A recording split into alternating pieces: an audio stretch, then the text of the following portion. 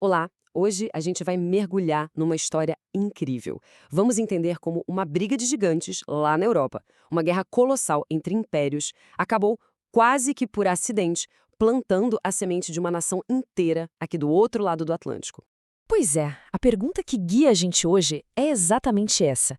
Parece até um quebra-cabeça, não é mesmo? O que uma coisa tem a ver com a outra? Como a disputa entre Napoleão e os britânicos resultou no nascimento do Brasil que a gente conhece? Ok, vamos desvendar isso. Para entender essa história toda, a gente precisa voltar lá para o comecinho do século XIX.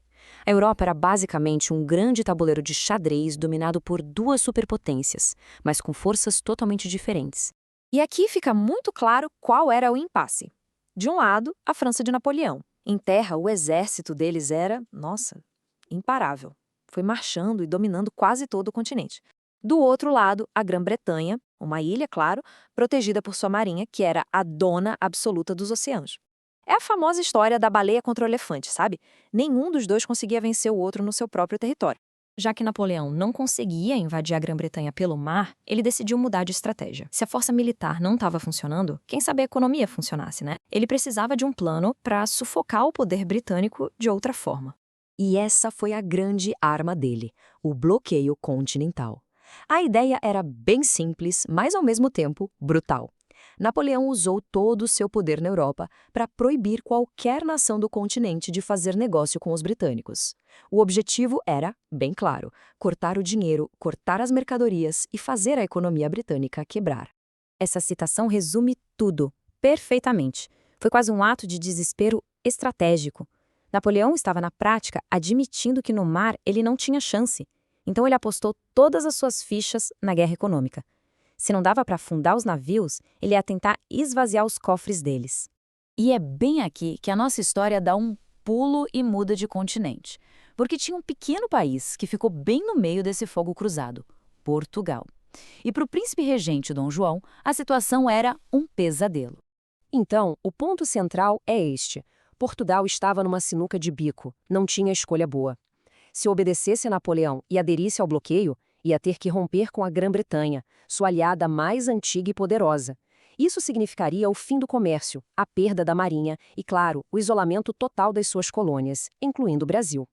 Mas, se desobedecesse à França, aí a invasão por terra era certa, vindo pela Espanha, que era aliada de Napoleão. Era uma armadilha perfeita, não tinha para onde correr. E como a gente vê aqui, a coisa esquentou muito rápido. Em agosto veio o ultimato, em outubro a diplomacia já era. Os embaixadores foram embora. Poucos dias depois, França e Espanha assinaram um tratado secreto para basicamente fatiar Portugal entre eles. E em novembro, a ameaça virou realidade. As tropas francesas cruzaram a fronteira. O tempo tinha acabado. Com o exército francês marchando para Lisboa, Dom João tomou uma decisão que, olha, não tem precedente na história. Em vez de se render ou lutar uma guerra que já estava perdida, ele decidiu fugir. Mas não foi uma fugidinha qualquer, não. O que é realmente espantoso aqui é a escala disso tudo. Não foi só a família real que entrou no navio. A gente está falando de mais de 10.000 pessoas. Imagina só, toda a nobreza, ministros, juízes, todo o alto escalão. Foi como se tivessem empacotado o cérebro do Estado português e colocado em navios. E não foram só pessoas. Eles levaram o tesouro. Cerca de metade de todo o dinheiro que circulava em Portugal na época foi colocado nos navios. Levaram arquivos importantes, obras de arte, a prataria da coroa, absolutamente tudo. Eles não estavam movendo só a corte, eles estavam movendo o reino inteiro. E, claro, uma operação desse tamanho, feita às pressas, não foi nada organizada. As fontes da época descrevem a cena no Porto de Lisboa como um caos absoluto. Era gente se atropelando, aquela confusão para embarcar móveis, tesouros, tudo isso enquanto a notícia de que os franceses estavam chegando criava um pânico geral. E foi por muito pouco, mas muito pouco mesmo. A frota, que estava sendo protegida pelos navios de guerra dos aliados britânicos, partiu no dia 29 de novembro. Menos de 24 horas depois, as tropas francesas do general Junot chegaram em Lisboa, só para encontrar um palácio vazio e a capital de um império sem seu governo. A chegada da corte portuguesa no Rio de Janeiro em 1808 simplesmente virou o mundo colonial de cabeça para baixo. Aquela decisão desesperada tomada lá em Lisboa teve uma consequência gigantesca e transformadora aqui na América do Sul. Essa transformação aconteceu em 3 passos fundamentais. Primeiro, o fim do monopólio. Assim que chegou, Dom João abriu os portos do Brasil para as nações amigas, que na prática queria dizer Grã-Bretanha, quebrando um sistema que já durava séculos. Segundo, uma inversão de poder total. A colônia, o Brasil, virou o centro do império. O poder agora estava aqui, e Portugal era governado à distância. E terceiro, e talvez o mais importante, isso colocou o Brasil no caminho sem volta da independência.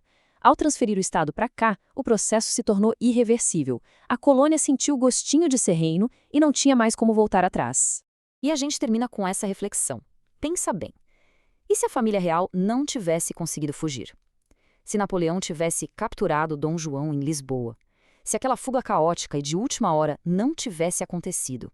Será que o Brasil, como essa nação unificada e de língua portuguesa, existiria hoje da forma que a gente conhece?